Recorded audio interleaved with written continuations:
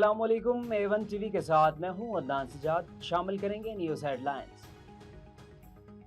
सदर Trump Iran के खिलाफ जंग खत्म करने पर आमादा, अमेरिका अखबार का बड़ा दावा। वॉल स्ट्रीट जर्नल के मुताबिक ट्रंप ने मशीरों को बताया कि वो अपना मुश्किल बाय बगैर तनाज़ा खत्म करना चाहते हैं। अहम गुज़रगा खिलवाने के लिए ईरान पर सफारती दबाव डाला जाएगा।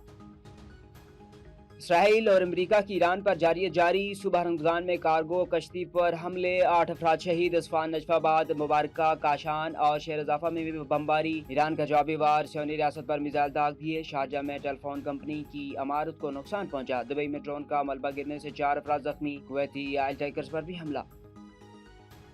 और मशरक़ वस्ता में लगी आग बुझाने का मिशन, नायब वज़ीर-ए-आज़म इसहाक़ डार आज चीन के दौरे पर रवाना होंगे। चीनी क़यादत से खित्ते की सूरत हाल पर तबादला ख्याल करेंगे। न्यूज़ स्टूडियो से फिल वक्त इतना ही। मज़ीद खबरों और अपडेट्स के लिए देखते रहिए A1 टीवी। A1 टीवी, सब पे नजर, अंदर की खबर।